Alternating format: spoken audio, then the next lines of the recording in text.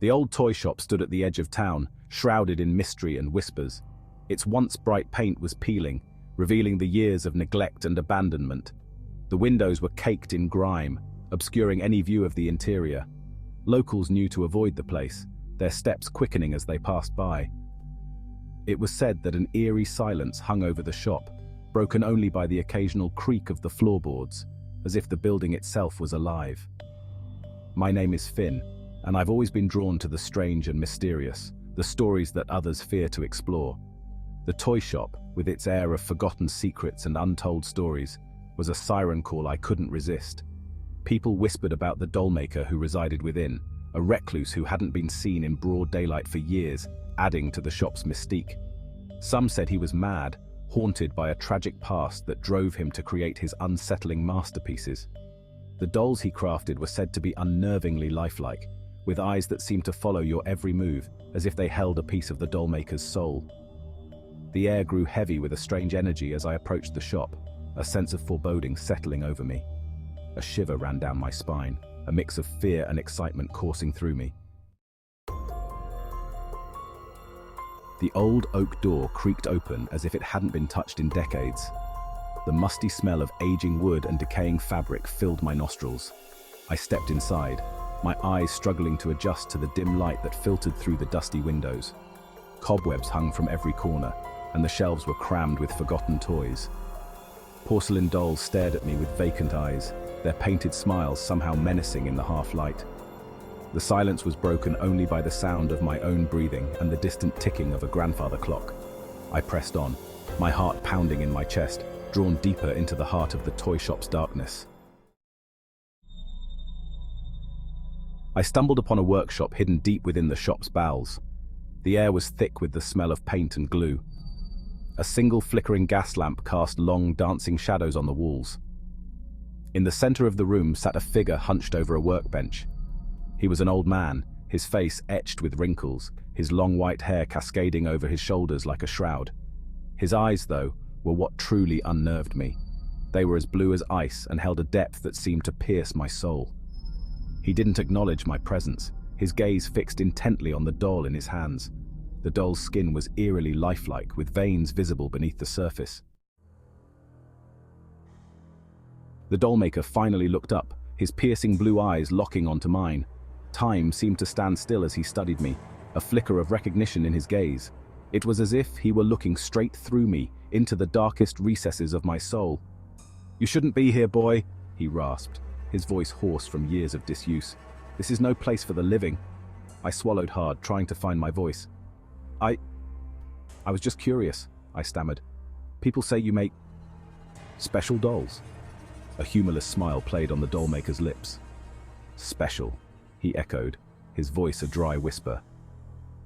"Yes, I suppose you could say that. My dolls are more than just toys. They're vessels, you see. Vessels for something else." I left the toy shop that day with a sense of unease that settled deep in my gut. The dollmaker's words echoed in my mind.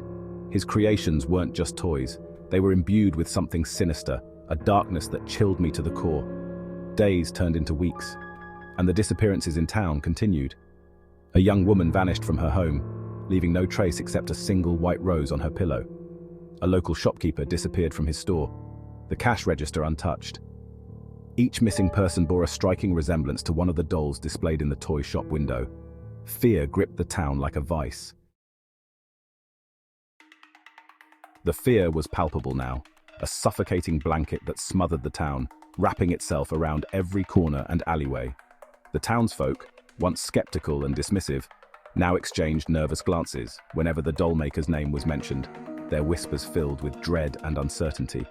They avoided the toy shop at all costs, their eyes darting away if they happened to pass by, as if even a glance could bring misfortune. I found myself drawn back to the shop, compelled by a morbid curiosity and a growing sense of dread that gnawed at my insides. The whispers seemed louder now, more insistent, urging me to uncover the truth that lay hidden within the shadows. I knew I couldn't ignore the town's plight any longer.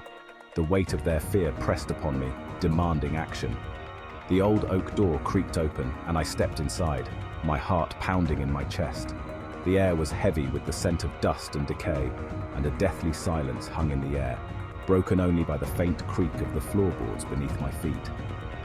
I made my way to the back of the shop, towards the workshop where I had last seen the dollmaker, my steps slow and cautious, each one echoing in the stillness.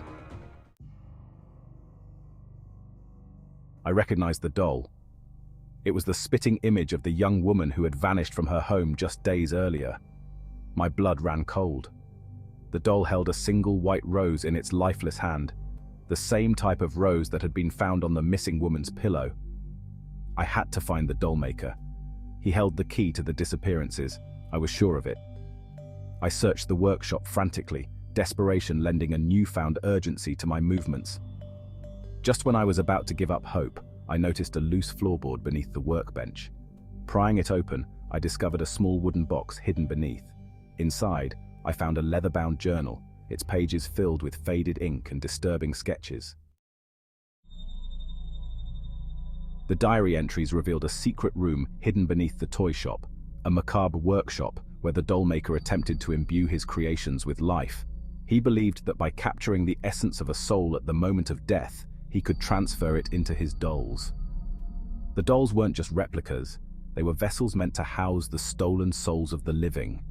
Armed with this knowledge, I knew I had to stop him. The diary mentioned a hidden passage leading down to the secret chamber. I ripped apart the workshop, tearing down shelves and overturning furniture until I found it. A narrow, cobweb-choked staircase descended into the darkness. The secret chamber was a scene straight out of a nightmare, a place where the darkest fears come to life. The walls were lined with shelves upon shelves of dolls, their lifeless eyes staring out into the darkness, as if they were silently judging anyone who dared to enter. In the center of the room, strapped to a makeshift operating table, was the missing shopkeeper, his body trembling with fear and exhaustion. He was pale and gaunt, his eyes wide with terror, reflecting the horror of his predicament. Candles flickered around him, casting grotesque shadows on the walls, creating an atmosphere of dread and despair. The air crackled with a strange energy, making the hairs on the back of my neck stand on end, as if the room itself was alive with malevolent intent. The dollmaker stood over him, a crazed look in his eyes, clutching a wickedly sharp silver needle, his hands trembling with excitement. He turned to me, a triumphant smirk twisting his lips, his eyes gleaming with a sinister satisfaction. "You see, boy," he rasped, his voice dripping with malice, "I've almost perfected my craft. Soon, they will truly live forever," he continued, his words sending a chill down my spine. He gestured to the shelves of dolls, their lifeless eyes seeming to gleam with a newfound intensity, as if they were on the verge of awakening. "Their life force, their essence, it all flows into the dolls," he explained, his voice filled with a twisted sense of pride and accomplishment. Horror washed over me as I realized the true extent of the dollmaker's madness. He wasn't just creating dolls. He was stealing souls, trapping them in his twisted creations for all eternity. I knew I had to stop him, even if it meant ending his miserable existence. As the dollmaker raised the silver needle, ready to plunge it into the shopkeeper's chest, I lunged at him, knocking him off balance. The needle clattered to the floor, and a struggle ensued, a desperate fight for the shopkeeper's life. The dollmaker, despite his age, was surprisingly strong. In the chaos, one of the shelves came crashing down, pinning the dollmaker to the ground. His eyes widened in surprise, then glazed over as the last vestiges of life ebbed away. With the dollmaker dead, the shopkeeper was safe. I freed him from the table, his body weak and trembling, but his soul intact. As we made our way out of the chamber, a cold dread gripped my heart. I couldn't shake the feeling that something was terribly wrong. We emerged from the secret passage into the workshop. The room was eerily still, the only sound the frantic beating of my own heart. And then I saw it. The doll of the young woman, the one that had been lying on the stool, was gone. In its place was a note, scrawled in a childish hand. "Thank you for setting us free." The dollmaker's ritual, his dark pact, it hadn't died with him. The dolls weren't just vessels, they were sentient, aware, and they were free. I stumbled out of the toy shop, the shopkeeper's cries of gratitude echoing behind me. The sun was setting, casting long, eerie shadows across the town. I knew in that moment that things would never be the same. The Dollmaker was dead, but his legacy of terror lived on in his creations.